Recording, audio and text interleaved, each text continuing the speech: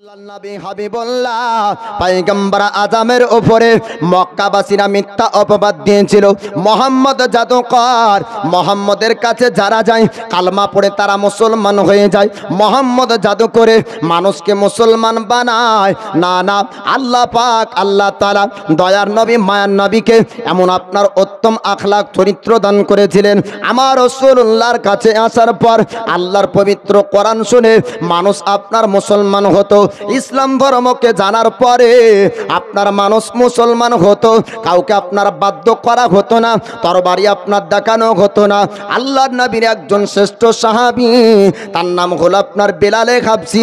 এই বেলালে হাবসি যখন উমাইয়া বিন খালফের ঘরের কীর্তদাস ছিলেন, ওই সময়তে উমাইয়া বিন খালফ একদিন বললেন, বেলাল, আমার বাড়িতে তুমি দীর্ঘদিন ধরে গোলামের কাজ করে এসেছো, আজকে তোমাকে একটা বড় দায়িত্ব দেওয়া হবে। উমাইয়া বিন খালফের ঘরে যখন বেলাল হাবসি আপনার গোলাম ছিলেন, তখন আপনার মুসলমান ছিলেন না, তখন মুসলমান হয়নি। উমাইয়া বিন খালফ বলল, ওরে বেলাল, শোন শোন, আমার বাড়িতে মেহমান আসবে, মেহমানের খাবারের ব্যবস্থা তোমাকে করতে হবে। বেলালে হাবসি তখন আপনার বলেছিলেন, ওরে উমাইয়া বিন খালফ, আজ পর্যন্ত আমি কোনোদিন কাজের ত্রুটি করিনি, আজ পর্যন্ত আমার কাজের ত্রুটি পাওয়া যায়নি। আপনি যেটা দায়িত্ব দিয়েছেন আপনার দায়িত্ব পালন করব। মেহমান আসবে, আপনি চিন্তা করবেন না, আপনি টেনশন করবেন না, আমি মেহমানের খাবারের ব্যবস্থা করব। উমাইয়া বিন খালফ আপনার বাড়ির সমস্ত গোলামদেরকে বলল, ও গোলামেরা, আমি তোমরা শোনো শোনো, ওরে বান্দি তোমরা শোনো, আমার বাড়ির মেহমান যেন তারা অপমান না হয়, আমার জনমান সম্মান না চলে যায়। উমাইয়া বিন খালফ বিশেষ করে বেলালে হাবসিকে আপনার দায়িত্ব দিল, দায়িত্ব পালন করবে। কিন্তু আপনার হঠাৎ শরীর আপনার খারাপ হয়ে গেল। আমাদের মধ্যে অনেক ব্যক্তি সুস্থ থাকতে থাকতে হঠাৎ আপনার অসুস্থ হয় কি হয় না? উমাইয়া বিন খালফের গোলাম হযরতে বিলাল না, শরীরটা আপনার খারাপ হয়ে গেল, মেহমানের খাবার আপনার তৈরি করতে পারে না। ওই সময় উমাইয়া বিন খালফ আসার পরে জানতে পারলো খাবার এখনো পর্যন্ত তৈরি হয়নি। গোলামদেরকে ডাকতে জিজ্ঞাসা করলো, ওরে গোলাম, তোমরা জানিয়ে দাও এখনো পর্যন্ত খাবার কেন হলো না? গোলাম তারা বলল উমাইয়া বিন খালফকে, ওগো মালিক, আপনি শুনুন শুনুন, আপনি তো দায়িত্ব দিয়েছেন বেলালকে, বেলাল এখনো পর্যন্ত খাবার তৈরি করেনি। বেলালে হাবসির কাছে এবার আপনার চাবুক নিয়ে গেল উমাইয়া বিন খালফ। যাওয়ার পরে ডাক দিয়ে জিজ্ঞাসা করলো, ওরে বেলাল, একটু জানিয়ে দে এখনো পর্যন্ত খাবার কেন তৈরি হলো না, এখনো পর্যন্ত রুটি হলো না? বেলালে হাবসি আপনার বলেছিলেন, ওগো উমাইয়া বিন খালফ, আপনি শুনুন, আপনার বাড়িতে এতদিন পর্যন্ত কাজ করেছি, কোনোদিন আপনার হুকুম অমান্য করিনি, কোনোদিন আপনার কথা অমান্য করিনি। আজ পর্যন্ত আপনার বাড়িতে প্রত্যেকটা কাজ করেছি আমি ইচ্ছাকৃতভাবে, আপনার মেহমানের খাবার করিনি এমনটা না, কিন্তু আমার শরীরটা খারাপ হয়েছে, আমি খাবার বানাতে পারিনি, আমাকে আপনি একটু ক্ষমা করবেন। কিন্তু আপনার দিনের মানুষ আপনার ওই জালিম বাদশা করলো কি, জালিম সরদার করলো কি, চাবুক আপনার বের করলো, বেলালে হাবসির পিঠে আঘাত করে, বেলালে হাবসিকে আপনার মারল, মারার পরে বলে, বেলাল, আর তোকে গোলাম করতে হবে না, আর আমার বাড়িতে চাকরি করতে হবে না, আমার বাড়ি থেকে তুই বের হয়ে চলে যা। ওই সময়তে সরদার আপনার বেলালে হাবসির ওপর জুলুম করলো, বেলালে হাবসিকে আঘাত করলো, বাড়ি থেকে বের করে দেয়। বাড়ি থেকে বেলালে হাবসি আপনার বের হয়ে চলে গেলেন। যাওয়ার পরের একটি রাস্তাতে বসে বসে আপনার সময় কাটিয়ে দেয়। বেলালে হাবসিকে আপনার খাবার পর্যন্ত দিয়েছিল না, পান করতে পানি পর্যন্ত দিয়েছিল না। এখন আমরা পৃথিবীতে কত মানুষ সুখে আছি, খাবারের আপনার অভাব নাই, পান করার আপনার অভাব নাই। আজ থেকে 100 বছরের ইতিহাস উঠিয়ে দেখুন, আমাদের পূর্বপুরুষরা খাবারের কত কষ্ট করেছেন। আপনার ইতিহাস উঠিয়ে দেখুন, রাসূলুল্লাহর যুগে আপনার পানির তেমন ব্যবস্থা ছিল না। বেলালে হাবশি রাস্তায় বসে বসে আপনার দুই চোখ দিয়ে পানি ঝরে যায়। রাস্তার সমস্ত মানুষরা যাতায়াত করছিল, জিজ্ঞাসা করে বেলাল তুমি রাস্তায় বসে বসে কেন এরকম ভাবে কান্না করো? তুমি যদি কারো বাড়িতে কাজ করো তাহলে তো ভালো হবে। বেলালে হাবশি বলেছিলেন, ওগো রাস্তার মানুষেরা তোমরা শোনো শোনো, আমি বেলাল, আমি একটা বাড়িতে কাজ করতাম, নাম তার উমাইয়া বিন খাল। আমি এক নয় দুই নয়, আমার বাল্যকালকে অতিবাহিত করেছি তার বাড়িতে গোলামের কাজ করতে করতে। একটা ভুল ত্রুটি হওয়ার জন্য আমাকে চাবুকের আঘাত করেছে, আমাকে বাড়ি থেকে সে বের করে দিয়েছে। কিন্তু রাস্তার কোনো মানুষ বেলালে হাবশির কাছে আপনার থামলো না, কেউ খাবারের ব্যবস্থাও করলো না। আল্লাহর নবী হাবিবুল্লাহ পয়গম্বরে আজম দয়ার মুস্তাফা উম্মতের দরদি নবী আমার বেলালে হাবশির কাছে আপনার গেলেন। যাওয়ার পরে ডাক দিয়ে বলে, বেলাল একটু তুমি বলো বলো রাস্তাতে কেন কান্না করো? তুমি তো একটা গোলাম, কারো বাড়িতে যদি গোলামের কাজ করো তবে তো তুমি খেতে পাবে, তুমি পান করতে পাবে। বেলালে হাবশি বললেন, ওগো সুন্দর চেহারার অধিকারী মানব, আপনার মতন কোন ব্যক্তিকে আজ পর্যন্ত বেলালের চোখ দেখেনি। জোরে বলুন সুবহানাল্লাহ। আল্লাহ পাক আল্লাহ তাআলা আমার রাসূলকে এমন রূপ চেহারা দান করেছিলেন, আল্লাহর নবীর চেহারার মতন কিয়ামত পর্যন্ত কোন মানুষের চেহারা আল্লাহ পাক দিবেন না। যুগে যুগে একজন করে নবী এসেছে, কিন্তু নবীর চেহারার সঙ্গে সাধারণ মানুষের চেহারার মিল হবে না। জোরে বলুন সুবহানাল্লাহ। আল্লাহর নবীর চেহারাকে দেখার পর বেলাল হাবশি বললেন, হুজুর রাস্তা দিয়ে কত মানুষ পার হয়ে গেল, সবাই জিজ্ঞাসা করল আমাকে, কিন্তু কোনো ব্যক্তি আমার সামনে দাঁড়ায় না। আমার মনের দুঃখ সবাই শুনে আমার কথা শুনলো, শোনার পরে তারা ঠাট্টা মজাক করে হাসতে হাসতে চলে যায়। হুজুর আপনি বলুন বলুন আপনার পরিচয় সম্পর্কে জানতে চাই। আল্লাহর নবী হাবিবুল্লাহ তিনি আপনার বললেন, বেলাল গো একটু তোমার পরিস্থিতি জানিয়ে দাও, তুমি রাস্তাতে কেমন এমন ভাবে কান্না করো? বেলাল হাবশি বললেন, হুজুর আমার বাপ দাদু যেই বাড়িতে গোলামের কাজ করলো এতদিন ধরে, আমি ওই বাড়িতে গোলামের কাজ করতাম, কিন্তু হঠাৎ আমার শরীর খারাপ হয়ে যাওয়ার কারণে মেহমানের খাবার করতে পারিনি, আমাকে আঘাত করলো, চাবুকের আঘাত করে করে আমাকে বাড়ি থেকে তারা বের করে দিল। আল্লাহর নবী হাবিবুল্লাহ বললেন, ওরে বেলাল তুমি একটু জানিয়ে দাও, তুমি কি কোনো খাবার খেয়েছো, তুমি কি কোনো পান করেছো? বেলাল হাবশি বললেন, হুজুর আমি কোনো খাবার খাইনি, আমি কোনো জিনিস পান করতে পারিনি। এক নয় দুই নয়, আমার 3টা দিন কেটে গেল, 3টি রাত আমার কেটে গেল, এখনো পর্যন্ত কোনো ব্যক্তি আমাকে খাবার দেয়নি। আল্লাহর নবী হাবিবুল্লাহ আর দেরি করলেন না, ওই জায়গা থেকে সামনের দিকে আপনার চলতে শুরু করলেন।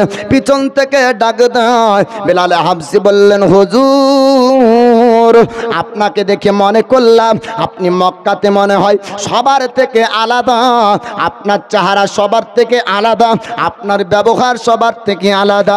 কিন্তু না না হুজুর, আপনিও সবার মতন বাড়ি চলে যান, আপনি তো কই খাবারের ব্যবস্থা করলেন না। মনের দুঃখের কথা শুনলেন, শোনার পরে তো উপকার করলেন না, আপনিও বাড়ির দিকে রওনা হয়ে গেলেন। আল্লাহ নবী হাবিবুল্লাহ তিনি আপনার থামলেন না, বাড়ি যাবার পরে কিছু খাবারের ব্যবস্থা করলেন। আপনার পানি নেবার পর বেলাল হাবশির কাছে হাজির। জোরে জোরে বলুন সুবহানাল্লাহ। বেলাল হাবশি তিনি এবার বললেন, হুজুর গো আপনি আমার জন্য খাবারের ব্যবস্থা করতে চেয়েছিলেন। আপনার রাসূল পাক বললেন, বেলাল আমি যখন তোমার কথা শুনলাম, তুমি 3 দিন কোনো জিনিস খাওনি, 3 দিন কোনো জিনিস পান করনি, আর তোমার কাছে সময় নষ্ট করতে চাইনি, কেননা সর্বপ্রথম তোমার প্রয়োজন যেটা ছিল সেটি হলো খাবার। জি, আলোচনা শুনে আর কথা বলে সময় তো নষ্ট দয়ার নবী করলেন না।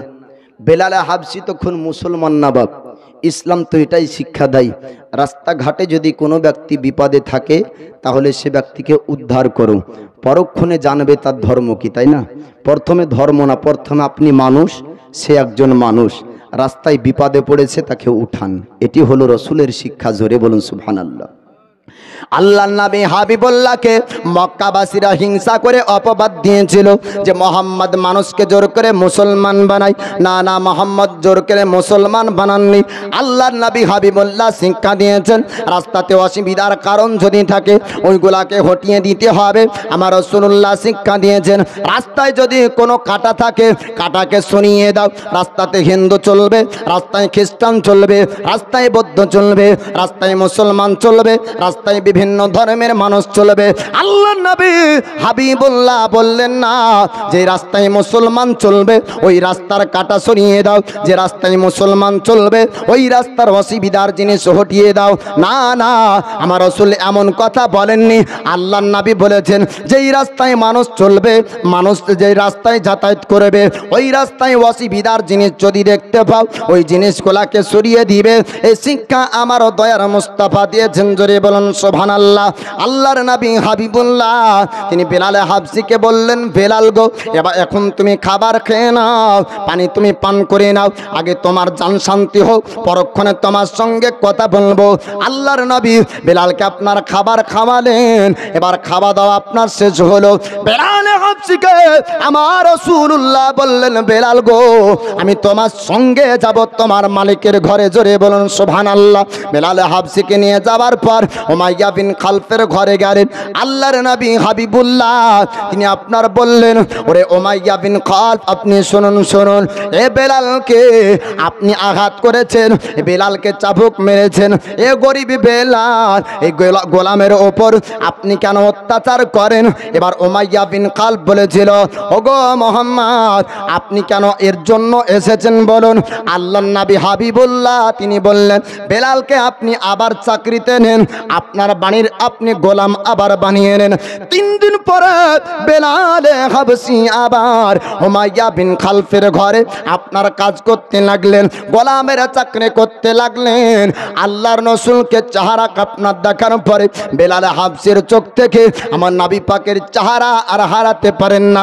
বারবার খেয়াল হয় আমার রাসূলুল্লাহর নূরানি চেহারা। জোরে বলুন সুবহানাল্লাহ।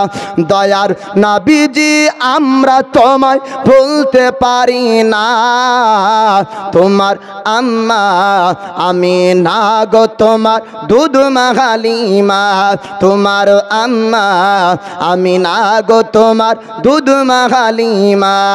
দয়ার নবীজি আমরা তোমায় ভুলতে পারি না, তোমার আম্মা আমি না গো, তোমার দুধ মা হালিমা। তুমি জন্ম নিলে মায়ামিনার ঘরে, খোদার ফারিস্তা আসে সে ঘরে, তুমি সিরাতে রাসূল মারিফাতেরি বুলবুল, তোমার দোয়া কবুল করতে খোদা দেরি করে না, তোমার আম্মা আমি না গো, তোমার দুধ মা হালিমা। জোরে বলুন সুবহানাল্লাহ। আল্লাহর নবী হাবিবুল্লাহ নূরানি চেহারাকে দেখে এ বেলাল হাবশী এবার সব সময়ে আমার দয়ার নবী মায়ার নবীর চেহারা তার চোখে ভাসে। বলুন সুবহানাল্লাহ। বেলাল হাবশী এবার আমার রাসূলুল্লাহ চেহারাকে দেখার পরে বারবার তার মনে খেয়াল হয়, এমন সুন্দর চেহারার মানুষ দেখেছি আজ পর্যন্ত মক্কার জমিনে এরকম সুন্দর মানুষ দেখতে পাইনি। মক্কায় হাজার হাজার মানুষ দেখেছি, এইরকম সুন্দর আখলাক চরিত্রর ব্যবহারের মানুষ দেখতে পাইনি। ওই মানবকে আবার আমার দেখতে মন চাই। আল্লাহর নবীর সাহাবী হযরত বেলাল হাবশীর একজন প্রিয় আপনার বন্ধু ছিল। ওই বন্ধুকে জিজ্ঞাসা করে, বন্ধু একটু তুমি জানিয়ে দাও, বন্ধু একটু তুমি বলো বলো, আল আমিন মোহাম্মদকে কি কোনোদিন দেখেছো? বন্ধু বলল, বেলাল আমি কোনোদিন দেখিনি, তবে কানে শুনেছি আল আমিন মোহাম্মদের আখলাক চরিত্র সম্পর্কে খুব সুন্দর। বেলাল হাবশী বললেন, বন্ধু রে, আমি আজকে সুন্দর চেহারার অধিকারী একজন মানবকে দেখেছি। আল্লাহর নবীর সাহাবী হযরত বেলাল হাবশী আর বন্ধুর মধ্যে আপনার কথা হতে হতে হতে কিছুদিন কেটে গেল। বেলাল হাবশির বন্ধু আপনার দয়ার নবী মায়ার নবীর কাছে কালেমা পড়ে আপনার মুসলমান হয়েছে। বেলাল হাবশি আপনার দেখে লক্ষ্য করে বন্ধন আপনার পরিবর্তন হয়েছে, জোরে বলুন সুবহানাল্লাহ। এক রকমের তার চলা ছিল, চলা আপনার পরিবর্তন হয়েছে, বলা পরিবর্তন হয়েছে।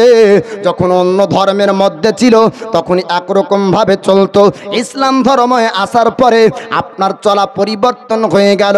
বেলালে হাবশি জিজ্ঞাসা করেছিলেন, বন্ধুরে তোমার চলা এমন পরিবর্তন কেমন করে হলো, একটু তুমি জানিয়ে দাও। বেলাল হাবশির বন্ধু বলেছিলেন, বন্ধু বলবো, তবে একটা কথা তোমাকে বলতে হবে, তুমি খবরদার খবরদার তোমার মালিককে যেন জানিয়ে দিবে না, খবরদার কোনো ব্যক্তির কাছে প্রকাশ করবে না। কেন না ওই সমাজে সর্দারদের উপরে আপনার কড়াকড়িভাবে আপনার আইন জারি করা হয়েছিল। যেই সর্দারের গোলাম মুসলমান হয়ে যাবে ওই সর্দারের ওপর একটা আপনার শাস্তি আপনার তারা দিবে। মক্কার সমস্ত সর্দারেরা তারা আপনার মায়দা করে সিদ্ধান্ত করেছিল তাদের গোলাম বান্দিরা যেন মুসলমান না হয়ে যায়। তার জন্য এবার বেলালে হাবশির বন্ধু বলে, ওরে বেলাল আমি তোমাকে বলবো, কিন্তু খবরদার তোমার মালিককে যেন বলবে না, কাউকে এই খবরটা তুমি জানিয়ে দিবে না। বেলালে হাবশি বলেছিলেন, বন্ধু আমি তোমাকে কথা দিলাম আমি কারোর সামনে বলবো না, তবে তুমি আমাকে জানিয়ে দাও কোন ব্যক্তির কাছ থেকে তুমি পরিবর্তন হয়েছো, কে তোমায় পরিবর্তন করলো। আল্লাহর নবীর সাহাবী ওই সময় বললেন, বেলাল যাকে আল আমিন মোহাম্মদ বলে মক্কাবাসীরা জানতো, জোরে বলুন সুবহানাল্লাহ। উনি আল আমিন মোহাম্মদ শুধু না, উনি হচ্ছেন কোরাইশ বংশের খালি মোহাম্মদ না, আল্লাহ পাক আল্লাহ তাআলা পৃথিবীর জমিনে আখেরি পয়গম্বর করে দুনিয়ার বুকে পাঠিয়েছেন। তিনি হচ্ছেন হাবিবুল্লাহ ইমামুল আম্বিয়া। আল্লাহ পাক আল্লাহ তাআলা 1,24,000 মতান্তরে 2,24,000 নবীগণকে আপনার পৃথিবীর জমিনে পাঠিয়েছেন। প্রত্যেক নবীগণের ইমাম যিনি, তিনি হচ্ছেন দয়ার নবী মুস্তাফা, জোরে বলুন। বন্ধুরে আমি যখন ওই নবীর কাছে গেলাম, আমি কালমা পড়ে মুসলমান হলাম, আল্লাহর পবিত্র কোরআনের আয়াত শুনে শুনে আমার অন্তর পরিবর্তন হলো। আল্লাহর পবিত্র কোরআনের আয়াত শুনে শুনে আমি পরিবর্তন হয়েছি। আমার দয়ার মুস্তাফা আমাকে পরিবর্তন করেছে, আমার চলা পরিবর্তন হয়েছে, আমার বলা পরিবর্তন হয়েছে, আমার সমস্ত পরিবর্তন করেছেন আমার দয়ার নবী মুস্তাফা, জোরে বলুন। এবার বেলাল হাবশি বললেন, বন্ধুরে আমি ও ব্যক্তিকে একবার দেখতে চাই যার কাছ থেকে তুমি পরিবর্তন হয়েছো। এবার বন্ধু বললেন, বেলাল গো তুমি কি আমার সঙ্গে যাবে? বেলালে হাবশি বললেন, হ্যাঁ হ্যাঁ আমি তোমার সঙ্গে যাব। আল্লাহর নবীর কাছে বেলালে হাবশি আপনার আসলেন। রাসূলুল্লাহর নূরানী চেহারাকে দেখার পর আপনার বন্ধুকে বললেন, বন্ধুরে আমি উত্তম চেহারার অধিকারী মানব দেখেছিলাম, সুন্দর চেহারার অধিকারী মানুষ দেখেছিলাম, অন্য কোনো ব্যক্তি না, অন্য কোনো ব্যক্তি না, তিনি আল্লাহর হাবিব মুহাম্মাদুর রাসূলুল্লাহ। বেলাল হাবশি বলছেন, ওরে বন্ধু আমি তোমাকে বলেছিলাম সুন্দর চেহারার মানব একটা দেখেছি, সুন্দর আখলাক চরিত্রের মানুষ একটা দেখেছি, সুন্দর মনের মানুষ একজনকে দেখেছি, অন্য কেউ না, যিনি হচ্ছেন আখেরি নবী, উনি হচ্ছেন উত্তম চেহারার অধিকারী বেলালের সঙ্গে সাক্ষাৎকারী ব্যক্তি, জোরে বলুন সুবহানাল্লাহ। বেলালে হাবশি বললেন, হুজুর আপনার কাছে কালেমা পড়ে মুসলমান হবার পর আমার বন্ধু পরিবর্তন হয়েছে, আমি আপনার কাছে এসেছি, আমি কালেমা পড়তে চাই, নিজের জীবনকে পরিবর্তন করতে চাই, সুন্দর ধর্ম আমি গ্রহণ করতে চাই, ইসলাম ধর্মকে গ্রহণ করতে চাই। আল্লাহর নবী হাবিবুল্লাহ তিনি বললেন, বেলাল গো একটু তুমি জানিয়ে দাও তুমি কি স্বেচ্ছায় ইসলাম ধর্ম গ্রহণ করবে? বেলাল হাবশি বললেন, হুজুর আমি স্বেচ্ছায় ইসলাম ধর্ম গ্রহণ করব, আল্লাহর পবিত্র কোরআন আপনার কাছ থেকে শুনব। আল্লাহ পাক আল্লাহ তাআলা আপনার লৌহে মাহফুজ থেকে আমার রাসূলুল্লাহর উপর পবিত্র কোরআন নাজিল করতে করতেন। আমার দয়ার নবী মায়ার নবী হযরত বেলালকে কালমা পড়িয়ে দিলেন, মুসলমান হয়ে যায়। মুসলমান হবার পরে আল্লাহ পাকের পবিত্র কোরআন থেকে আয়াত আপনার তিলাওয়াত করতে করতে হযরত বেলাল হাবশিকে আপনার শোনাতেন। আজ আমরা মাওলানা বক্তব্য দিই, স্টেজে আপনার মাহফিলে মানুষ কম, জিলাপির দোকানে আপনার মানুষ বেশি, ঠিক না ভুল? আল্লাহর নবী যখন আল্লাহর পবিত্র কোরআন তেলাওয়াত করতেন, আপনার জীবনে ওয়াকিয়ার মধ্যে পড়েছি, আমার রাসূল কোরআন তেলাওয়াত করতেন। কাফেরের বাড়ি থেকে মহিলারা ভিড় করত, বাচ্চারা ভিড় করত, কুরাইশেরা ভিড় করত, মক্কাবাসীরা ভিড় করত। শুধু মানুষ না, জঙ্গলের পশু পাখিরা পর্যন্ত আমার রাসূলুল্লাহর কোরআন শোনার জন্য ভিড় করত। জোরে বলো। আজ আমরা বক্তব্য দিলে মানুষ ঘুমায়, ঢোলে, গল্প করে, বাদাম চাবাই, পালিয়ে যায়, চলে যায়, আর জিলাপির দোকানে ভিড় হয়।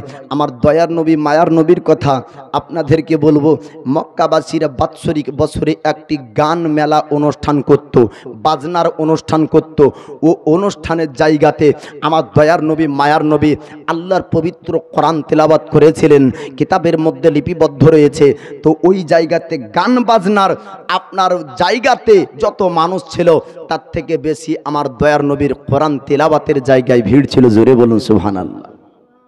বেলালে হাবশি বলছেন, হুজুর আল্লাহর পবিত্র কোরআন শুনতে চাই, আপনি আল্লাহর পবিত্র কোরআন শোনান।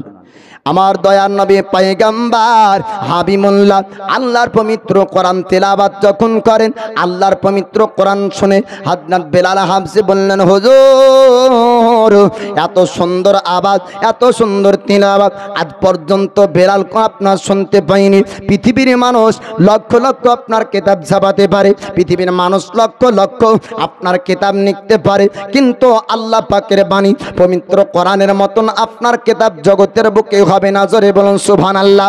মক্কাবাসীরা বলতো মোহাম্মদ আরবি জানে, মোহাম্মদ পল্লীগ্রাম দেহাতিতে বড় হয়েছে, পিওর আরবি মোহাম্মদ জানে, তাই হয়তো আরবিগুলা বাক্য বানিয়ে বানিয়ে মানুষকে শোনায়। আবু তালিব বলেছিলেন, ভাতিজা মোহাম্মদ আপনি কি বানিয়ে বানিয়ে তেলাওয়াত করেন? আল্লাহর নবী বলেছিলেন, চাচা গো আমি মোহাম্মদ ঝুট মিথ্যা কথা বলি না, বানিয়ে বানিয়ে তেলাওয়াত করি না। আমার আল্লাহ পাক আল্লাহ তাআলা জিবরিলের মারফতে লাউহে মাহফুজ থেকে আমার উপর কোরআন অবতীর্ণ করে। জোরে বলুন সুবহানাল্লাহ। আল্লাহ পাক নাজম সূরা 27 পারার মধ্যে জানিয়ে দেন, ওয়ামা ইয়ানতিকু আনিল হাওয়া ইন হুয়া ইল্লা ওয়াহিয়্যু ইউহা। আল্লাহ পাক বলেছেন, মোহাম্মদ আপনার আল্লাহ পাক বলেছেন, হাবিব মিথ্যা কথা বলেন না, মন গড়া কথা বলেন না, বানিয়ে বানিয়ে কথা বলেন না, বরং ওটাই বলেন যেটাই আমি আল্লাহ তার উপর ওহী করি। আমার রাসূলুল্লাহ জীবনে যা কিছু বলেছেন প্রত্যেক কথাগুলা আমার আল্লাহ পাকের ইচ্ছার কথা। জোরে বলুন সুবহানাল্লাহ। বেলাল হাবশি বললেন, হুজুর এই পবিত্র বাণী আমি তেলাওয়াত শোনার পরে আমি রোজ রোজ আপনার কাছে তেলাওয়াত শুনতে চাই। হুজুর আমি উমাইয়া বিন খালফের গোলাম, আমাকে হয়তো আঘাত করবে, আমাকে শাস্তি দিবে, কিন্তু আমি প্রতিদিন আপনার কাছে আল্লাহর কোরআন শুনতে আসবো। বেলাল হাবশি এবার মুসলমান হয়ে গেলেন। মুসলমান হবার পরে বন্দর সঙ্গে উমাইয়া বিন খালফের বাড়ি যায়, আর উমাইয়া বিন খালফ জানতে পারলো বেলাল মোহাম্মদের কাছ থেকে আসে। এবার দাঁড়িয়ে গেল, সামনে জিজ্ঞাসা করে, ও বেলাল একটু জানিয়ে দাও তুমি আমার বাড়ি থেকে কোথায় গিয়েছিলে? আল্লাহ নবীর সাহাবী হযরতে বেলাল বলেছিলেন, ওরে উমাইয়া বিন খালফ তুই শোন শোন শোন, আমার জবানে যতক্ষণ পর্যন্ত জান থাকবে মিথ্যা বের হবে না। আমার রাসূলুল্লাহ হাবিবুল্লাহ জানিয়েছেন, মিথ্যা কথা হলো গুনাহ, আপনার সমস্ত গুনাহের মা হলো আপনার মিথ্যা কথা। আল্লাহর নবীর সাহাবী হযরত বেলাল বললেন, আমি মিথ্যা কথা বলবো না, আমি মুহাম্মদের কালমার উপর বিশ্বাস করেছি। জোরে বলুন সুবহানাল্লাহ। উমাইয়া বিন খাল ওই সময় বলল, ওরে বেলাল যদি তুমি কালমা না ছাড়ো তোমাকে আঘাত করব। আল্লাহর নবী সাহাবী বললেন, যদি আঘাত করতে চাস আঘাত কর, আমি কালমা ছাড়তে পারবো না, নবী ভুলবো না, আমি ইসলাম ধর্ম ত্যাগ করবো না।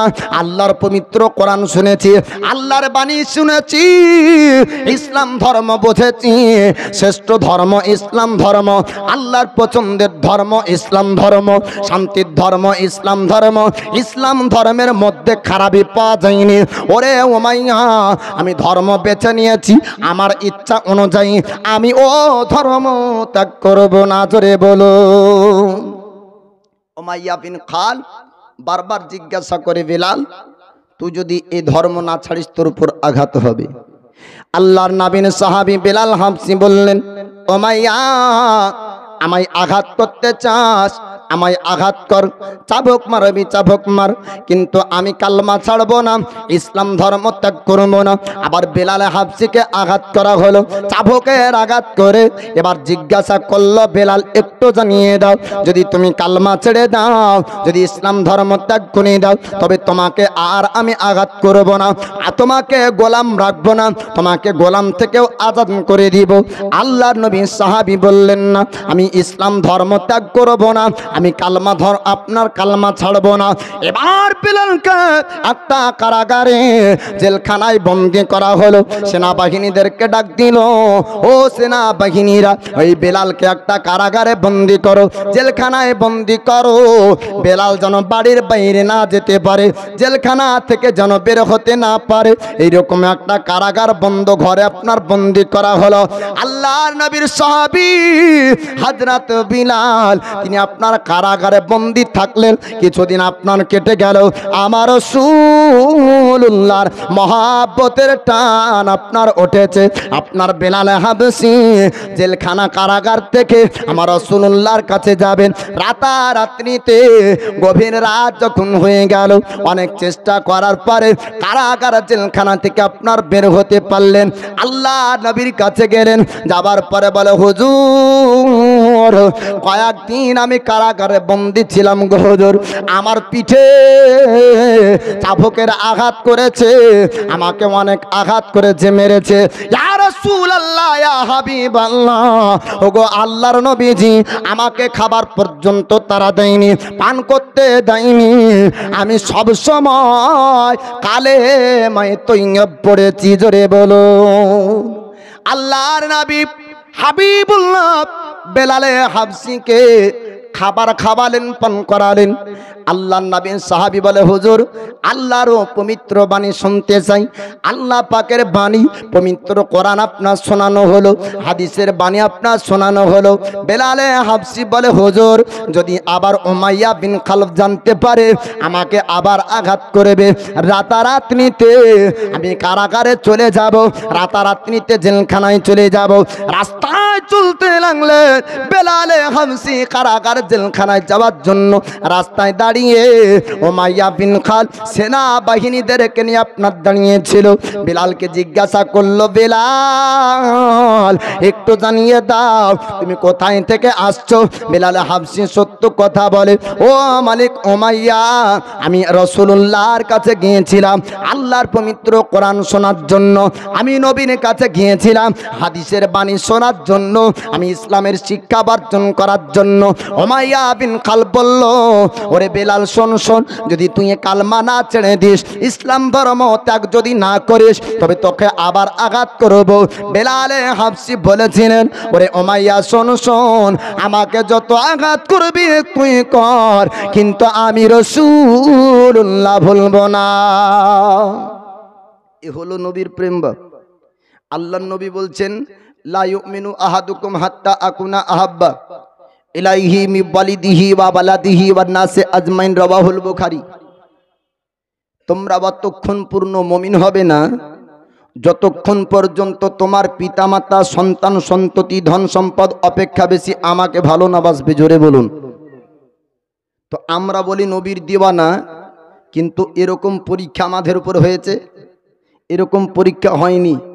আমরা শান্তির ধর্ম ইসলাম ধর্ম খুব সহজেই পেয়েছি না বাপ? হাজারো হাজার লক্ষ লক্ষ মুসলমানদের রক্তের পরিবর্তে ইসলাম পেয়েছি। জোরে বলুন সুবহানাল্লাহ। এ বেলালে হাবশী বলছেন, উমাইয়া বিন খালফকে, আরে উমাইয়া শোন, জীবন আমি কোরবান করতে রাজি, নবীর প্রেম ছাড়তে রাজি না। বলুন সুবহানাল্লাহ। আল্লাহর নবীর সাহাবী হযরত বেলাল বললেন, উমাইয়া আমাকে যদি তুই মেরে ফেলিস, আমাকে যদি তুই কতল করে দিস, জানকে কোরবান করব, আমি রাসূলুল্লাহর কালমা ছাড়ব না, ইসলাম ধর্ম ত্যাগ করব না। ওই সময় উমাইয়া বিন খালফ বলল, বেলাল তুই তো আমার বাণীর গোলাম, তুই তো আমার বাণীর কৃতদাস, আমার বিনা অনুমতিতে তুই কেমন করে একটা ধর্ম পছন্দ করতে পারিস?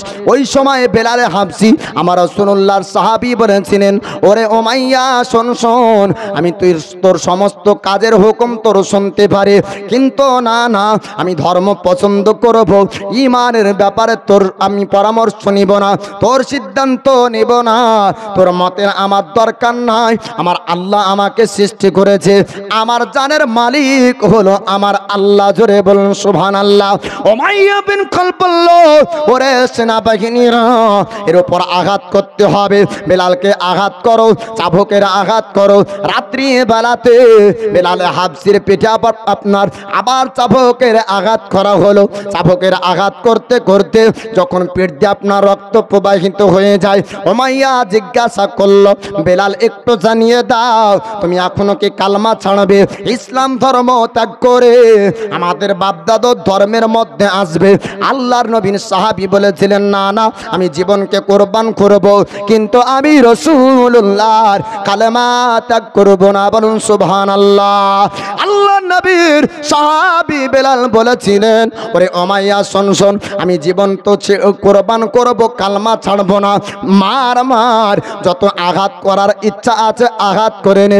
ওই সময় উমাইয়া বিন খালফ এবার অফার দিতে শুরু করলো, যদি আঘাতের ভয়ে কালমা না ছাড়ে, অফারের যদি আশায় কালমা ছেড়ে দেয়, লোভ লালচ যদি চলে আসে, অর্থ সম্পদের কথা শুনে যদি বেলাল কালমা ছেড়ে দেয়, তাই উমাইয়া বলল, বেলাল রে, যদি তুমি কালমা ছেড়ে দাও, তোমাকে অর্থ দিব, সম্পদ দিব, টাকা পয়সা দিব, তোমাকে অনেক টাকা দিব, তোমাকে গোলাম থেকে আজাদ করে দেব, চিকিৎসা করব, ভালো করে দিব, তোমার শরীরে কোনো ঘা থাকবে না, শরীরে যন্ত্রণা থাকবে না, আমি বড় বড় কবিরাজ দিয়ে তোমার চিকিৎসা করব। আল্লাহর নবীর সাহাবীর মধ্যে আমার রাসূলুল্লাহর এত মহাব্বত, প্রেম, ভালোবাসা এসেছিল, দুনিয়ার অর্থ টাকাকে আপনার কোরবান করতে পারে, কিন্তু নবীর মহাব্বত ছাড়তে পারে না। সাহাবী রাসূল নবীর মহাব্বত ছাড়তে পারে না, বাপ দুনিয়ার টাকাকে কোরবান করে দিতে পারে। আল্লাহ নবীর সাহাবী বেলাল হাবশী বললেন, উমাইয়া আমায় টাকায় লোভ ধরাস না, আমাকে ধন সম্পদের লোভ ধরাস না, আল্লাহর নবীর কালমা পড়েছি, আমি নবীকে ভালোবেসেছি, ইসলাম ধর্মের মধ্যে এসেছি, আমি এ ধর্ম ত্যাগ করব না, আমি নবীকে ছাড়ব না, নবীর কালমা ভুলব না। আবার চাবুকের আঘাত করে আল্লাহর নবীর সাহাবী হযরত বেলাল আহাদ আহাদ বলে, আমার রাসূলুল্লাহকে আপনার স্মরণ করে কালমা তৈয়ব পড়ে, রাত আপনার গভীর হয়ে গেল। উমাইয়া বলল, ওরে সেনাবাহিনীরা, একে একটা গাছের মধ্যে বেঁধে রাখো, একটা গাছে বাঁধা থাকবে, সারা রাত কেটে যাবে, রাত্রি বেলায় যন্ত্রণায় ছটফট যখন করবে, জান যখন বাঁচাতে চাইবে, আমাকে হয়তো বলবে কালমা ছেড়ে দিব, পরের দিন সকাল বেলায় বেলালকে চিকিৎসা করব। সারা রাত একটা গাছের মধ্যে বাঁধা থাকলো, সারা রাত আপনার একটা গাছে বেঁধে রাখলো। আল্লাহর নবীর সাহাবী হযরত বেলাল হাবশী সারা রাত ধরে আমার রাসূলুল্লাহর কালমা পড়ে।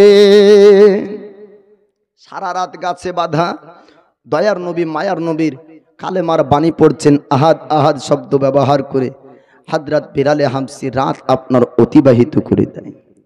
আপনার সকাল হয়ে গেল, উমাইয়া বিন খালফ ওই পাপী আপনার জালিম, ওই আপনার জালিম সর্দার আবার সেনাবাহিনীকে নেবার পর বেলাল হাবশীর কাছে আপনার চলে গেল, মরুভূমির কাছে বেলাল হাবশীকে আপনার বাধা হয়েছিল।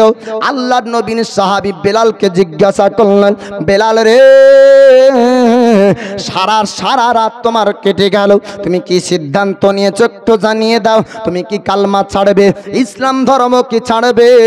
আল্লাহর নবীর সাহাবী বলেছিলেন না না, আমার জীবনকে কুরবান করব। ওরে উমাইয়া, আমি রাসূলুল্লাহর কালমা ছাড়বো না। আল্লাহর নবীর সাহাবী বেলাল বললেন, উমাইয়া সারা রাত একবারও বেলাল নিজের শরীরের যন্ত্রণার করেনি, সারা রাত কালেমা তিলাওয়াত করেছে। বেলাল সারা রাত ধরে দয়ার নবীর কালেমা পড়েছে। বেলাল নিজের জানের চিন্তা একবারও করেনি। জোরে বলুন সুবহানাল্লাহ। উমাইয়া বিন খালদ বলল, ওরে বেলাল, তবে তোমাকে আবার আঘাত করা হবে, এখনো সময় আছে, তুমি সিদ্ধান্ত করো, তুমি কি নিজের জান বাঁচাতে চাও, তুমি কি নিজে বাঁচতে চাও? আল্লাহর নবী সাহাবী বললেন, না না, রাতের মধ্যে সারা রাত আমার শরীর থেকে রক্ত ঝরেছে, আমি বেলাল একবারও জানের চিন্তা করিনি, খালি আমার রাসূলুল্লাহর চেহারা দেখতে মন চায়। আল্লাহর নবীর সাহাবী হযরত বেলাল বললেন, উমাইয়া রে, তুই আঘাত কর, আমার কোনো অসুবিধা হবে না। আমি রাসূলুল্লাহর নূরানি চেহারা যদি দেখে নি, আমার শরীরের যন্ত্রণা ভুলে যাব। জোরে বলুন। আবার সেনাবাহিনীকে বলল, ওরে আমার সেনাবাহিনীরা, বেলালকে আঘাত করো, এখনো পর্যন্ত বেলালের তেজ আছে, এখনো বেলালের শক্তি আছে। বেলালকে আবার আঘাত করা হলো। আল্লাহর নবীর সাহাবী হযরত বেলালকে আবার চাবুক মারে, চাবুকের আঘাত মারতে মারতে রক্ত করে দেয়, শরীরে ঘা হয়ে যায়। আল্লাহর নবীর সাহাবী বেলালের আস্তে আস্তে শরীরটা আপনার দুর্বল হয়ে যায়, হাত চলা বন্ধ হয়ে যায়, পা চলা বন্ধ হয়ে যায়, কিন্তু জবানে আল্লাহর নবীর পবিত্র আপনার কালেমা তিলাওয়াত করে।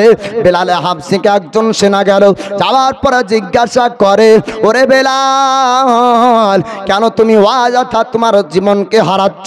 এখনো সময় আছে, একবার ইশারা করে বলো, বাপ দাদুর ধর্মের মধ্যে তুমি ফিরে আসবে, তোমাকে চিকিৎসা করাবো, তোমাকে ভালো করে দিব, অর্থ সম্পদ দিব, আরবের একজন ধনী বানাবো, মক্কার একজন ধনী হবা। ওগো বেলাল, সময় আছে, এখনো তুমি তোমার সিদ্ধান্ত ঠিক করে নাও। আল্লাহর নবীর সাহাবী হযরত বেলাল বলেছিলেন, না না, জীবন কুরবান করব, আমি রাসূলুল্লাহর কালেমা ছাড়বো না। জোরে বলুন সুবহানাল্লাহ। আল্লাহর নবীর সাহাবী বেলালকে এত আঘাত করার পর যখন কালেমা ছাড়াতে পারল না, উমাইয়া বিন খালদ বলল, ওরে আমার সেনাবাহিনী, তোমরা শোনো শোনো, এইরকম ভাবে বেলাল কালেমা ছাড়বে না, দুটো ঘোড়া নিয়ে আসতে হবে, দুটো তেজা আলা ঘোড়া নিয়ে আসতে হবে, দুটো সম্বল ভালো আপনার ঘোড়া আনতে হবে, জোরালো দুটো ঘোড়া আনো, তাদের পায়ে দুটো রশি বেঁধে দাও, আর বেলালের দুই হাতে দুটো রশি বেঁধে দাও, মরুভূমির পানিতে চক্কর লাগাও। মরুভূমির পানিটা আরবের বুকে যারা হজ করতে গিয়েছেন বাবা, তারাই জানে এই মরুভূমির বালিতে যখন রৌদ্রের তাপ পড়ে কেমন অবস্থা আপনার হয়। মানুষ পায়ে হেঁটে মরুভূমির বালিতে চলতে পারে না, উটের পিঠে চড়ে মরুভূমির বালি পার হতে হয়। আল্লাহর নবীর সাহাবী হযরত বেলালকে হাতে আপনার রশি বাঁধা হলো, আর আপনার ঘোড়ার পায়ে রশি বাঁধলো, পুরো মরুভূমির বালিতে আপনার চক্কর লাগায়। আল্লাহর নবীর সাহাবী হযরত বেলালের ঘাবানা শরীরে যখন আপনার গরম বালি পড়ে, আল্লাহর নবীর সাহাবীর চোখ দিয়ে আপনার পানি ঝরে, কাঁদে আর আহাদ আহাদ বলে। দয়ার নবীর সাহাবী পুরো বালির চক্কর লাগানোর পরে একটা জায়গায় রাখা হলো। জিজ্ঞাসা করেছিল উমাইয়া বিন খালদ, ওরে বেলাল, এখনো তো সময় আছে, তোমার এখনো আত্মা নামক বস্তু রূহ তোমার মধ্যে আছে, যদি এখনো তুমি ইশারা করে কালেমা ছেড়ে দাও, ইসলাম ধর্ম ছেড়ে দাও, তোমাকে চিকিৎসা করে ভালো করব। হযরত বেলাল বলেছিলেন, না না, আমি কালেমা ছাড়বো না, আমি ইসলাম ধর্ম ত্যাগ করব না। যে ধর্ম বেলাল বেছে নিয়েছে, জীবন যদি হারাতে হয়, ও ধর্ম বেলাল হারাবে না। আল্লাহর নবীর সাহাবী হযরতে বেলালের হাত পা শরীরের অঙ্গ প্রত্যঙ্গ সব চলা বন্ধ হয়ে গিয়েছিল। আল্লাহর নবীর সাহাবী হযরত বেলাল ইশারা করে বলেছিলেন, উমাইয়া রে, আমি সব দিতে পারি জীবনের, কিন্তু আমি কালেমা ছাড়তে পারবো না, ইসলাম ধর্ম ত্যাগ করতে পারবো না। আল্লাহর নবীর সাহাবী হযরতে বেলালে হাবসিকে তার লক্ষ্য করে দেখলো এত আঘাত সহ্য করে, এত জুলুম সহ্য করে, তার বিনিময়ে কালেমা ছাড়ে না। এ বেলালকে আর পারা যাবে না। উমাইয়া বিন খালব বলল, একে একটি জায়গায় রেখে দাও, আর বেলালকে পারা যাবে না, ও কালেমা ছাড়বে না। একটি বড় পাথর আনা হলো, বেলাল যেন উঠে না চলে যেতে পারে, বেলাল যেন পালিয়ে না যেতে পারে, বেলাল যেন আবার সুস্থ না হয়ে যায়। এর বুকে একটা পাথর চেপে মরুভূমির বালিতে রেখে দাও, এই পাথর চাপানো থাকতে থাকতেই সে মারা যাবে।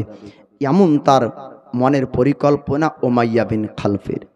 উমাইয়া বিন খালফ বলল, ওমা সেনা বাহিনীরা একটা বড় পাথর নিয়ে আসো, আর বেলালের বুকে চাপিয়ে দাও।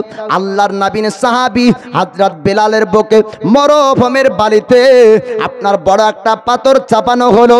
বড় পাথর চাপিয়ে সেনাবাহিনীদেরকে বলল, তোমরা চলো এবার বাড়ি চলে যাই, বেলালকে আর পারা যাবে না, বেলাল আর কালমা ছাড়বে না। এত আঘাত যখন সহ্য করেছে, জীবন বের হয়ে যাবে, সেই ব্যক্তি মারা যাবে, কিন্তু কালমা ত্যাগ করবে না, ইসলাম ধর্ম ছাড়বে না। উমাইয়া বিন খালফ যখন পারল না, আল্লাহ নবীর সাহাবী হযরত বিলাল আপনার বুকে পাথর নিয়ে আমার রাসূলুল্লাহর কালমা তেলাওয়াত করে। ওই সময়তে আমার রাসূলুল্লাহর একজন শ্রেষ্ঠ সাহাবী, তার নাম হলো আবু বকর সিদ্দিক, তিনি ব্যবসা করে বাড়ির দিকে রওনা হয়। পিছন থেকে একজন রমণী ডাক দিয়ে বললেন, ওগো নবীর সাহাবী আবু বকর, একটু দাঁড়িয়ে যান, একটু দাঁড়িয়ে যান। আল্লাহর নবীর সাহাবী লক্ষ্য করলেন রমণীর আওয়াজ, মহিলা আওয়াজ দেয়, আমাকে দাঁড়াতে বলে কারণ কি? আল্লাহর নবীর সাহাবী আবু বকরকে বললেন, ওগো নবীর সাহাবী, আপনি একটু শুনুন, শুনুন, আপনাদের সঙ্গের একজন সাথীকে, আপনাদের এক বন্ধুকে, আপনাদের মধ্যে একজন সাহাবীকে আমার আব্বা অন্যায় ভাবে কষ্ট দেয়, আমার আব্বা অন্যায় ভাবে মারে। যেই ধর্মের ব্যক্তি হোক না কেন, মানুষের কারো কারো আপনার মানবী ব্যবহার ভালো থাকে, ঠিক না? সব ধর্মের মানুষই মানে খারাপ না। অনেক ধর্মের, খ্রিস্টান ধর্মেরও কিছু মানুষ আছে তার মানবী ব্যবহার ভালো আছে, নাই? হিন্দু ধর্মের অনেক মানুষ আছে তার ব্যবহার এমনি ভালো আছে। তো উমাইয়া বিন খালফের বেটির এমনি ব্যবহার ভালো, অন্যায় আর ন্যায় এটা বুঝতো। তাই ওই মহিলা বলছে, আমার আব্বা যে অন্যায়ভাবে এক গোলামকে কষ্ট দিচ্ছে, আপনি একটু আসুন। আল্লাহর নবী সাহাবী হযরত আবু বকর বললেন, ওরে উমাইয়ার বেটি, আমাদের সঙ্গের কোন সাথীকে তোমার আব্বা কষ্ট দেয়? বলে, আমাদের বাড়ির গোলাম, নাম তার বেলালে হাবসি, বেলালে হাবসিকে আমার আব্বা অন্যায় ভাবে কষ্ট দেয়, আমার আব্বা অন্যায় ভাবে আঘাত করে। ওগো রাসূলুল্লাহ সাহাবী, ওগো নবীর সাহাবী, আপনি বাড়ির দিকে যাবেন না, আপনার সঙ্গের সাথীকে আপনি নিয়ে চলুন। আল্লাহ নবীর সাহাবী হযরত বেলাল, আপনার বেলালের কাছে আবু বকর সিদ্দিক আপনার আসলেন। আসার পরে ডাক দেয় উমাইয়া বিন খালফকে, উমাইয়া বল বল, বেলালকে কেন আঘাত করেছিস? বেলালকে কেন কষ্ট দিয়েছিস? বেলালকে কেন মেরেছিস বল? উমাইয়া বলেছিল, আমার বাড়ির একজন কৃতদাস, আমার বাড়ির একজন গোলাম, আমার বিনা অনুমতিতে কেমন করে একটা ধর্ম সে গ্রহণ করতে পারে? আমার বিনা অনুমতিতে একটা ধর্ম মানতে পারে না। নবীর কালমা তেলাওয়াত করলো, নবীর কালমা পড়েছে, মুসলমান হয়েছে, আমি এটা মেনে নিতে পারিনি, তাই তাকে আঘাত করেছি। আল্লাহর নবীর সাহাবী হযরত আবু বকর সিদ্দিক ওই সময় বললেন, উমাইয়া রে, আমার ব্যবসার সমস্ত টাকা তোকে দিব, বিনিময়ে বেলালকে নিতে চাই, তুই রাজি কিনা একটু জানিয়ে দে। ওই সময় উমাইয়া বলল, টাকার লোভ আপনার সবার আছে, না হলে রাজা আপনার চোর হবে না। ঠিক না ভুল? টাকার লোভ সবার আছে বাপ, মন্ত্রীও চুরি করে, নেতাও চুরি করে, ওর তো অভাব নাই, তারপরে চুরি করে কেন? উমাইয়া বিন খালফ একজন সর্দার হওয়া সত্ত্বেও বলছে, আবু বকর, যখন বেলালকে আঘাত দিয়েও পারলাম না, এত মেরেছি তাও পারিনি, বেলাল তো মারা যাবে, তবে যে টাকাটা পাবো ওটাই লাভ হবে, ও টাকাটা দাও, বিনিময়ে বেলালকে দাও। আল্লাহ রাসূল হাবিবুল্লাহ তিনি আপনার জানিয়ে দেন একজন মুসলমানের জবান থেকে আর একজন মুসলমান হেফাজত থাকবে, একজন মুসলমানের হাত দ্বারা তার একজন মুসলমান আপনার হেফাজত থাকবে। ও ব্যক্তি আপনার হবে উত্তম ব্যক্তি। 4 লক্ষ টাকা খরচ করে আপনার কাবা তওয়াফ করে, 4 লক্ষ টাকা খরচ করে মদিনার আপনার জিয়ারত করে, 4 লক্ষ টাকা খরচ করে মক্কা মদিনা ভ্রমণ করার পরে হাজি যদি হজ করে আসে তবুও আপনার উত্তম হবে না যদি বাড়ির পাশে অসহায় কোনো গরিব ব্যক্তি না খেতে পেয়ে আপনার দিন কাটায়, ঠিক না?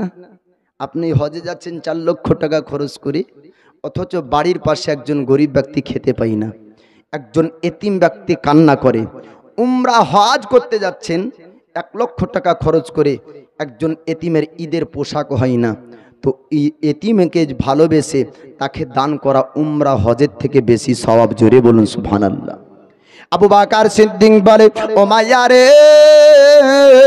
আমার ব্যবসার সমস্ত টাকা দিব, আমি বিনিময় বেলালকে নিতে চাই, তুই রাজি আছিস কিনা একটু জানিয়ে দে।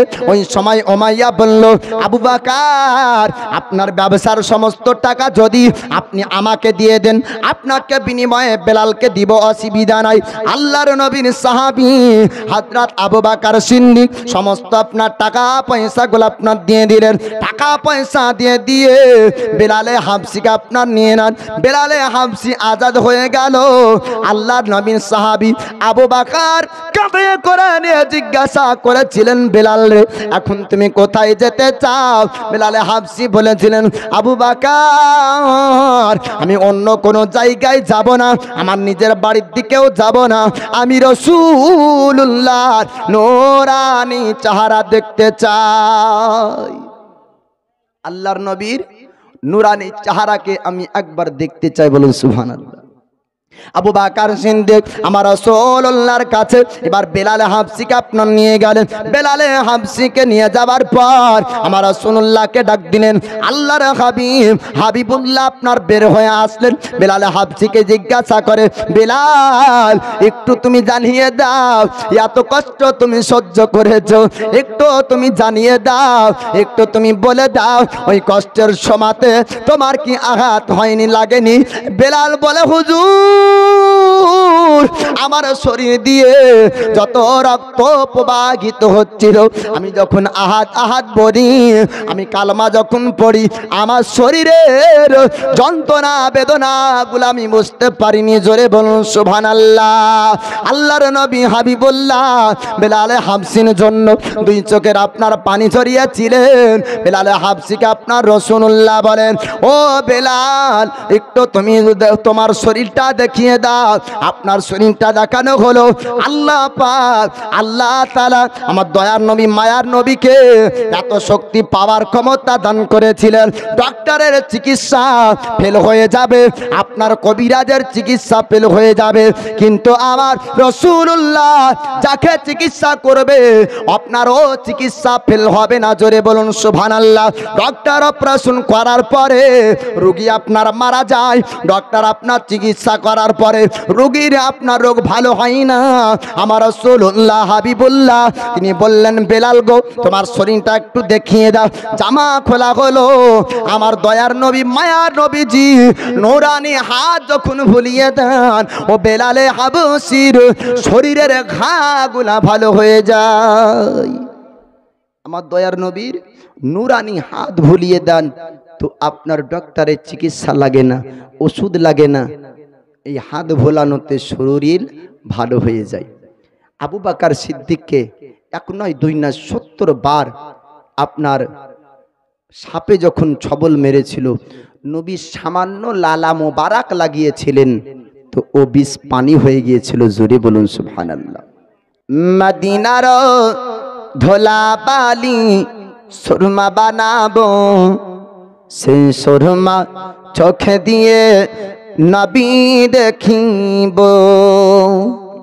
যে পেয়েছে নবীর দিদার দোজখ হারাম হয়েছে তার, যে পেয়েছে নবীর দিদার দোজখ হারাম হয়েছে তার, দিদার পেতে আশা আমার কবে দেখিব দিদার পেতে আশা আমার কবে দেখিব সেই সুরমা চোখে দিয়ে রাসূল দেখিব মদিনার ধুলাবালি সুরমা বানাবো সেই সুরমা চোখে দিয়ে রাসূল দেখিব তোমরা যারা যাও মদিনায়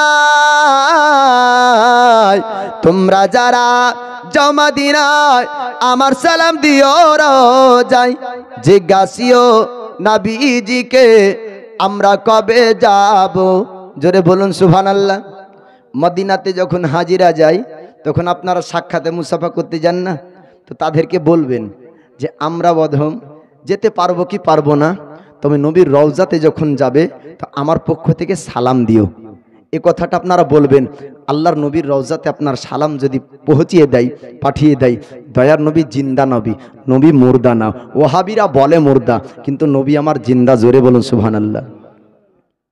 তোমরা যারা যাও মদিনায় আমার সালাম দিও রোজায় জিজ্ঞাসিও নবীজিকে আমরা কবে যাব জিজ্ঞাসিও নবীজিকে আমরা কবে যাব সেই সুরমা চোখে দিয়ে রাসূল দেখিব মদিনার ধুলাবালি সুরমা বানাবো মদিনার ধুলাবালি সুরমা বানাবো সেই সুরমা চোখে দিয়ে রাসূল দেখিব সেই সুরমা চোখে দিয়ে রাসূল দেখিব।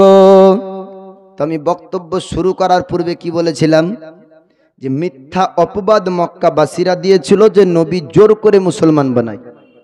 এই বেলালে হাবসি এত কষ্ট সহ্য করেও ইসলাম ছাড়তে চায়নি, ইসলাম ধর্মের মধ্যে এতটাই মজা পেয়েছে। জোরে বলবেন না?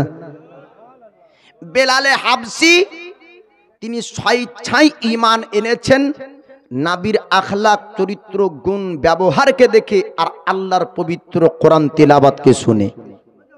বেলালে হাবসি যখন অন্য ধর্মের মধ্যে ছিল তখন ছিল গোলাম, তখন চাকরের কাজ করত, ভুল ত্রুটি হলে চাবুকের আঘাত পেত। ইসলাম ধর্ম গ্রহণ করলো, ইসলাম ধর্মে গ্রহণ করলেন তো আল্লাহর নবী হাবিবুল্লাহ তিনাকে শ্রেষ্ঠ মুয়াজ্জিন বানালেন। জোরে বলুন সুবহানাল্লাহ। যখন জামাতে নামাজ চালু হবে সাহাবীরা মাশওয়ারা করছেন, হুজুরকে বলছেন হুজুর জামাতে তো নামাজ পড়বো, টাইম বুঝবো কি করে? কেউ বলছে বাঁশি বাজান না, বাঁশি বাজানো যদি হয় তাহলে কি হবে, শব্দ শুনে মানুষ আসবে। কেউ বলছে যে কি না আগুন জ্বালানো হোক, আলা দেখে বুঝবে। তো একজন সাহাবী তিনি স্বপ্ন যোগে আজানের এই ধ্বনি, আজানের এই শব্দগুলি, বাক্যগুলি তিনি স্বপ্ন যোগে দেখেছিলেন। আর উমারে ফারুক বলেন হুজুর ইয়া রাসূলুল্লাহ ইয়া হাবিবাল্লাহ নবী গো, এমন কেন মাশওয়ারা হচ্ছে না, এমন কথা কেন উঠছে না যাতে আল্লাহর জিকিরও হবে, আজানে আপনার নামাজের সময়ও বুঝতে পারা যাবে। জোরে বলুন সুবহানাল্লাহ। তো আল্লাহর নবী হাবিবুল্লাহ তিনি আজান চালু করলেন আর ও সাহাবীকে বললেন বেলালে হাবসিকে এই শব্দগুলি তুমি শিখিয়ে দাও।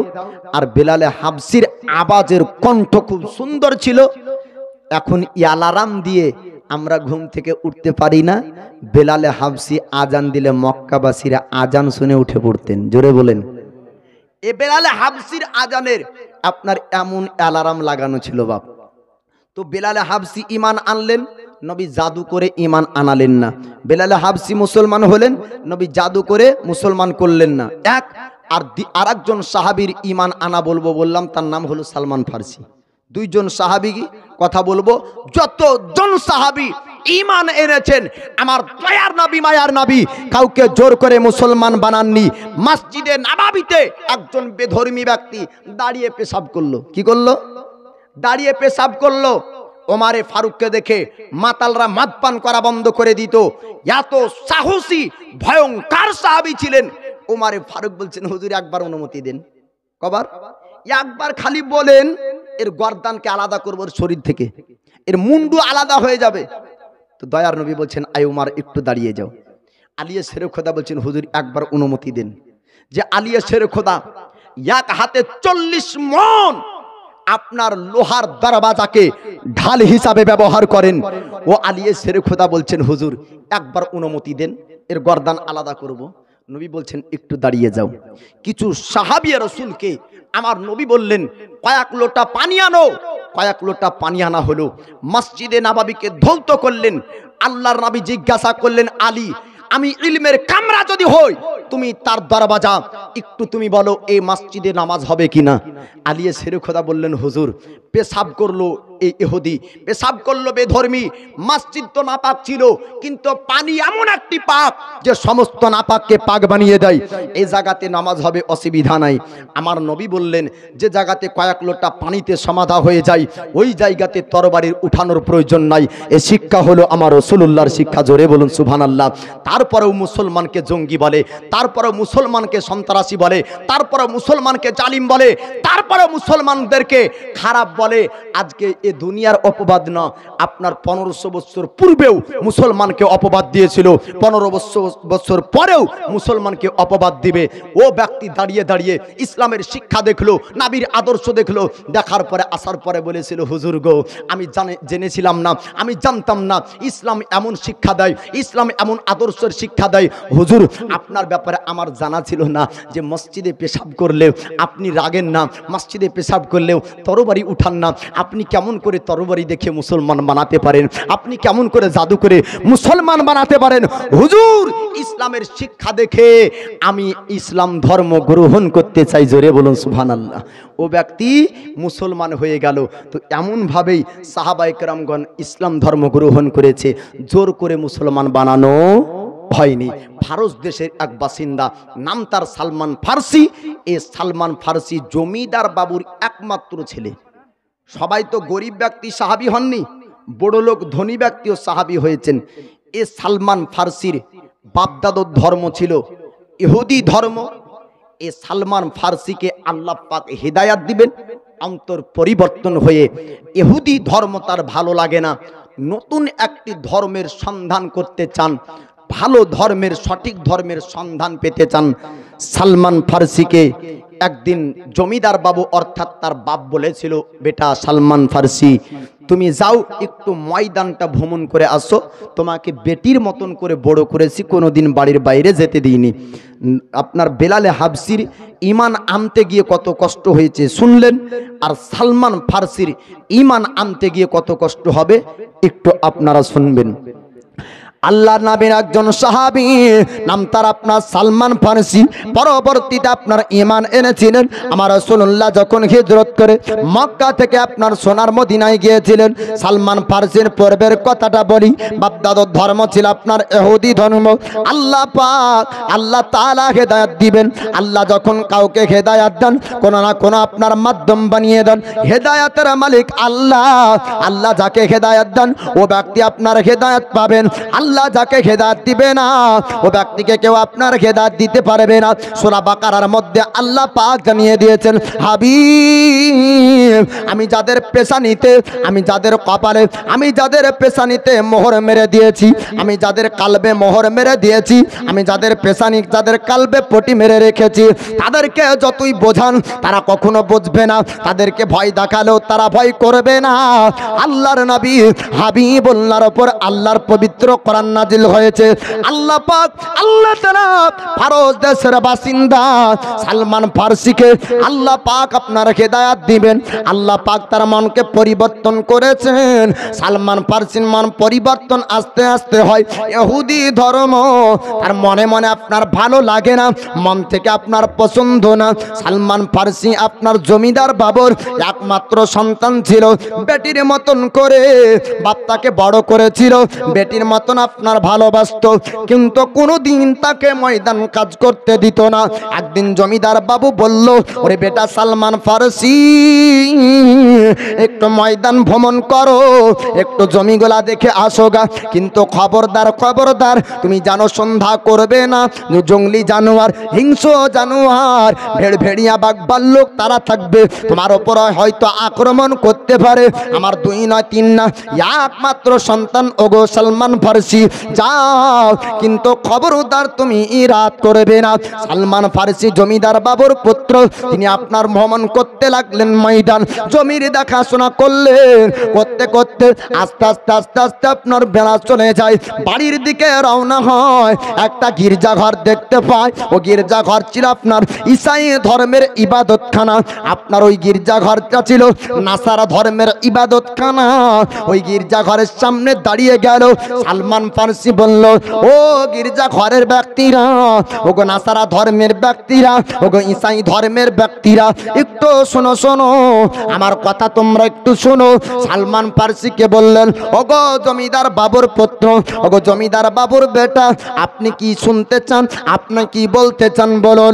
সালমান ফার্সি বললেন, তোমাদের ইবাদত করা একটু তো আমাকে দেখতে ভালোই লাগে, তবে এই ধর্মের জ্ঞান অর্জন করতে চাই। তোমাদের মধ্যে জ্ঞানী কোন ব্যক্তি আমাকে কি জ্ঞান অর্জন করাবে, আমাকে কি শিক্ষা অর্জন করাবে?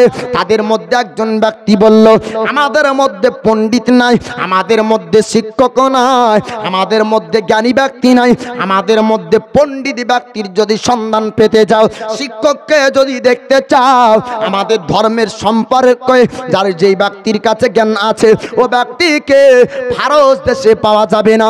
ও ব্যক্তির সন্ধান পেতে হলে মুলকে শাম তোমাকে যেতে হবে। সালমান ফার্সি বলেছিলেন, আমি যে ধর্ম গ্রহণ করব, ও ধর্মকে আমি যাচাই করতে চাই, ও ধর্মের শিক্ষা অর্জন করতে চাই। অন্ধের মতন বিশ্বাস করব না, আমি শিক্ষা অর্জন করব, ও ধর্মকে পড়ব, ও ধর্মের মধ্যে কি আছে আমি সালমান ফার্সি শিক্ষা অর্জন করে একটু যাচাই করব, নচেত আমি কোনো ধর্ম পালন করব না। সালমান ফার্সি বলছে, আমার বাপ দাদু ধর্ম যেমন ইহুদি ধর্ম পূর্বপুরুষ থেকে মানছে, আমি সালমান ফার্সি যে ধর্ম পালন করব, ও ধর্মের শিক্ষা অর্জন করব। আমি ইহুদি ধর্ম দেখলাম এটা সঠিক ধর্ম না, নাসারা ধর্ম ঈসাই ধর্মের ব্যাপারে শিক্ষা অর্জন করতে চাই সালমান ফার্সি। সালমান ফার্সি বলল, ও ঈসাই ধর্মের ব্যক্তিরা, ও ইবাদত খানার ব্যক্তিরা, তোমরা একটু কি সন্ধান দিতে পারবে আমাকে? আমি মুলকে শাম যাব। মুলকে শামের আপনার পরিচয় ঠিকানা দেওয়া হলো। সালমান ফার্সি ঈসাই ধর্মের ইবাদত খানায় দাঁড়িয়ে দাঁড়িয়ে আপনার সময়টা চলে গেল, সন্ধ্যা হয়ে যায়। ওই সময় সালমান ফার্সির আব্বা জমিদার বাবু বাড়ির দারোয়ানকে বলল, যাও যাও, আমার বেটা সালমান ফার্সি এখনো বাড়ি আসে না, তাকে বাড়ি পর্যন্ত নিয়ে আসতে হবে, বাড়িতে তাকে নিয়ে আসো। এবার সালমান ফার্সির আপনার বাড়ির জমিদারের আপনার বাড়ির দারোয়ান আপনার চলতে শুরু করলো গির্জাঘরের কাছে। সালমান ফার্সিকে দেখার পরে বাড়ির দারোয়ান বলল, ও জমিদার বাবুর পুত্র, ও জমিদার বাবুর ছেলে, আপনি শুনুন শুনুন, বাড়ি যেতে হবে, আপনি বাড়ি চলুন, বাড়ি চলুন, রাত তো হয়ে গিয়েছে। সালমান ফার্সি বলেছিলেন, ওরে আমার বাড়ির দারোয়ান, একটু তুমি দাঁড়িয়ে যাও, একটু দাঁড়িয়ে যাও, আমি শিক্ষা অর্জন করতে চাই, আমি জ্ঞানী হতে চাই, আমাকে বাড়ির মধ্যে বন্দি করে আমার বাপ আমাকে বড় করেছে, না না, আমি বাপ দাদুর ধর্মের মধ্যে থাকবো না, আমি এ ধর্মের শিক্ষা অর্জন করব, আমি নাসারা ধর্মের মধ্যে কি আছে আমি একটু যাচাই করে দেখব। এবার বাড়ির দারোয়ান বলল, ও সালমান ফার্সি, আপনি যদি এমনটা জিদ করেন, আপনার আব্বা আমাকে চাকরি দিবে না, আপনার আব্বা আমাকে রাখবে না, আমি গরিব ব্যক্তি, আমার পেটে আপনি লাথি মারবেন না, আমার চাকরিটা আপনি খাবেন না, আপনি চলুন চলুন, বাড়ি চলুন। আপনি যদি না বাড়ি যান, আপনার আব্বা রাগ করে হয়তো আমাকে বাড়ি থেকে বের করে দিবে। ওই সময় সালমান ফার্সি তিনি আপনার চলতে লাগলেন।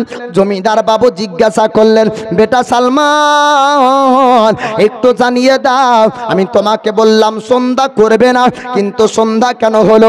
সালমান ফার্সি ওই সময় বলেছিলেন, ও আমার আব্বা জান, শুনুন শুনুন, বাপ দাদার ধর্ম থেকে আপনারা ইহুদি ধর্ম পালন করেন, কিন্তু আমি সালমান ফার্সি, আমার মন ভালো বলে না, এই ধর্ম আমার পছন্দ হয় না, তাই আমি যখন বাড়ির দিকে রওনা হচ্ছি না, একটা ঈসাই ধর্মের ইবাদত খানা দেখতে পেলাম, একটা গির্জাঘর আমি দেখতে পেলাম। গির্জাঘরে তাদের ইবাদত দেখে আমার মনে একটু ভালো লাগলো। আমি ওই ধর্মের ব্যাপারে যাচাই করতে চাই। যাচাই করার জন্য আমি একজন শিক্ষকের সন্ধান পেতে চাই, একজন পণ্ডিতের সন্ধান পেতে চাই। ওগো আব্বাজান, আমি মুলকে সামরাও না হব, আমি পণ্ডিতের সন্ধান পেয়েছি। আমি পণ্ডিতের কাছ থেকে শিক্ষা অর্জন করে আমি সেই ধর্মের ব্যাপারে একটু যাচাই করব। বাপ জমিদার বাবু বলল, বেটা ওরে সালমান, এমনটা খবরদার খবরদার করো না। তোমার পূর্বপুরুষরা ইহুদি ধর্ম পালন করেছে, তোমার আব্বাও ইহুদি ধর্ম পালন করে, খবরদার বংশ থেকে আলাদা হবে না, এই ধর্ম তোমাকে পালন করতে হবে। সালমান ফারসি বলেছিলেন, আমি এ ধর্ম পালন করব না, আমি ও ধর্মের শিক্ষা বর্জন করতে চাই। একটা কারাগার জেলখানাতে জমিদার বাবু বলল, ও বাড়ির দারোয়ান, ও আমার বাড়ির সেনাবাহিনীরা, আসো তোমরা আসো। আমার বেটা সালমান ফারসির মাথা হয়তো খারাপ হয়েছে, বাইরে যাবার পরে এ ব্যক্তি দেওয়ানা হয়ে গিয়েছে, মাধ্যম হয়েছে।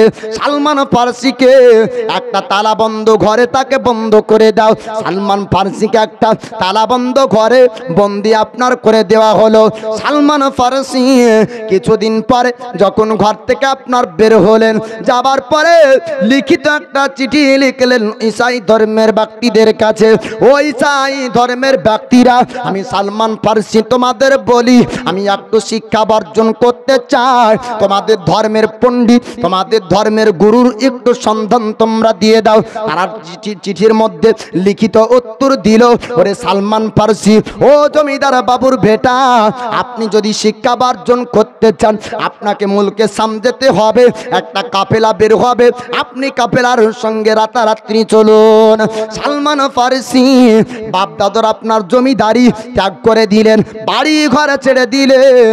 যাবার পরে মুলকে শামে একজন পণ্ডিতের সঙ্গে সাক্ষাৎ করলেন। পণ্ডিতের কাছে এক নয় দুই নয় আপনার কয়েক বছর কেটে গেল।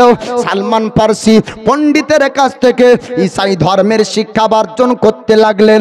আর সালমান ফারসি লক্ষ্য করে দেখেন, যতবার সাদকার মালগুলা গরিবদেরকে মাল দেওয়ার জন্য মানুষ মাল নিয়ে আসে, আর ওই মালগুলা গরিবদের মধ্যে বিতরণ হয় না।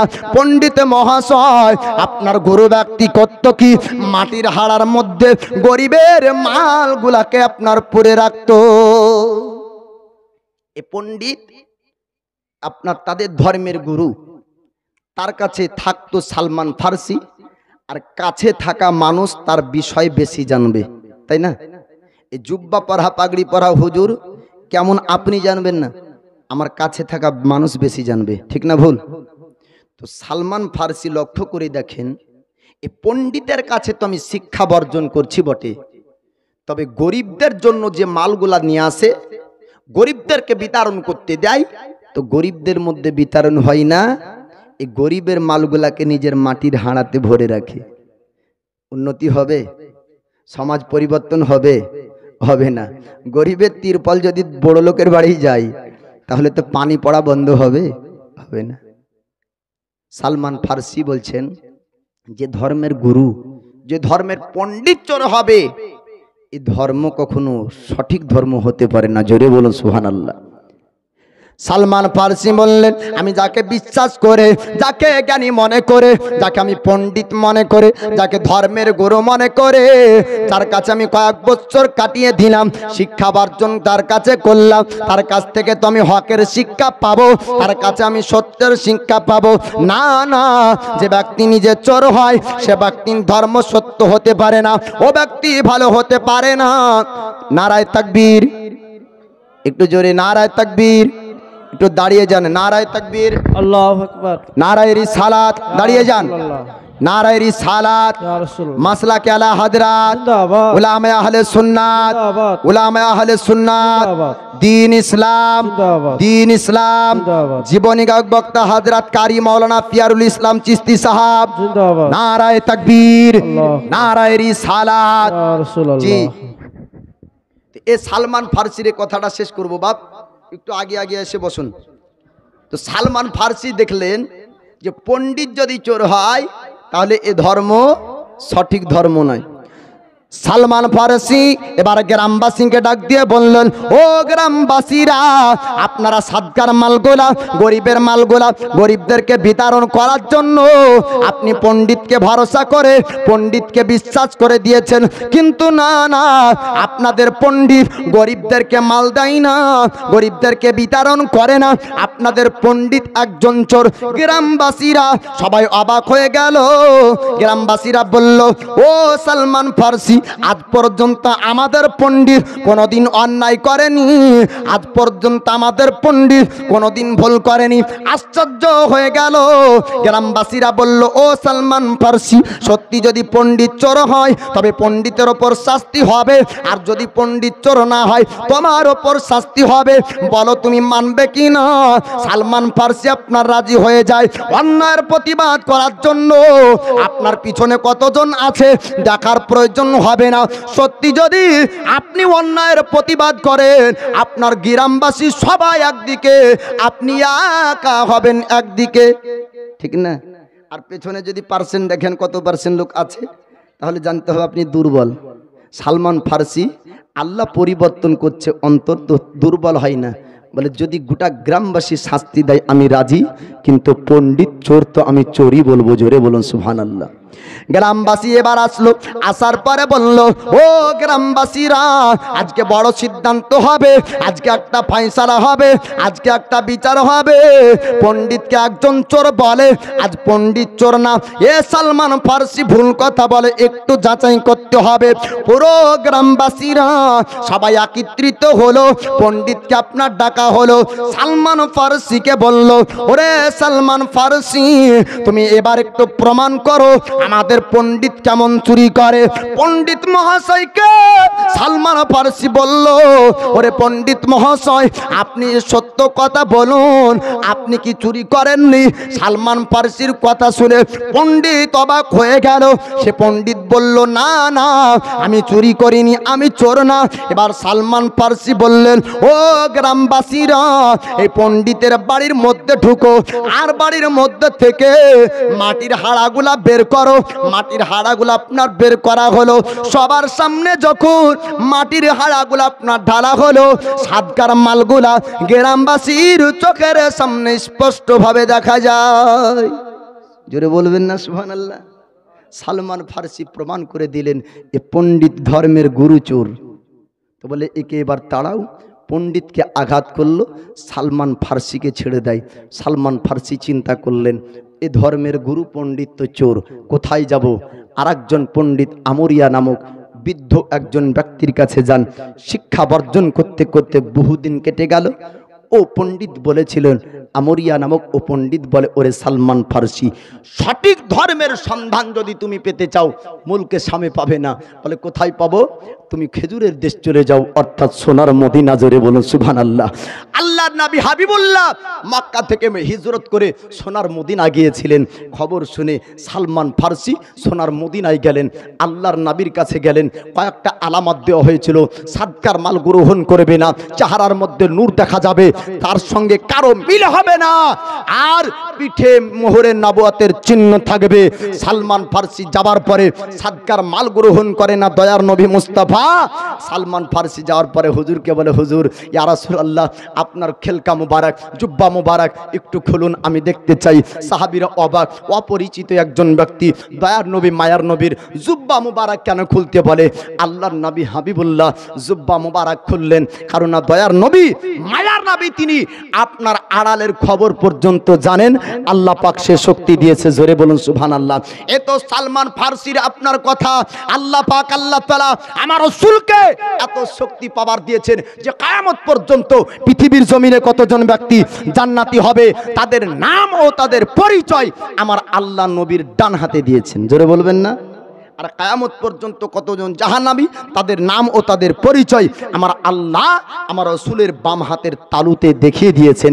ও নবী বলছেন, ওরে সালমান ফারসি, তুমি আমার পিঠ দেখতে চাও? বলে, ইয়া রাসূলুল্লাহ, আপনার পিঠ দেখতে চাই।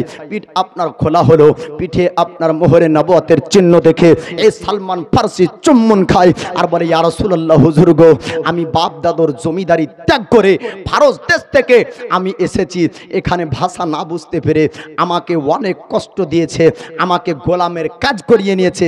এ সালমান ফার্সির ঘটনা অনেক বড় ঘটনা ছিল। তো যাই হোক, বক্তা সাহেব চলে এসেছে, আদবের খেলাফ বাপ, আমার জন্য দোয়া করবেন। সালমান ফার্সি মুসলমান হয়েছিলেন, ঈমান এনেছিলেন, সব ধর্মকে যাচাই করে সালমান ফার্সি বুঝলেন যত ধর্ম আছে শ্রেষ্ঠ ধর্ম হলো ইসলাম। জোরে বলুন সুবহানাল্লাহ।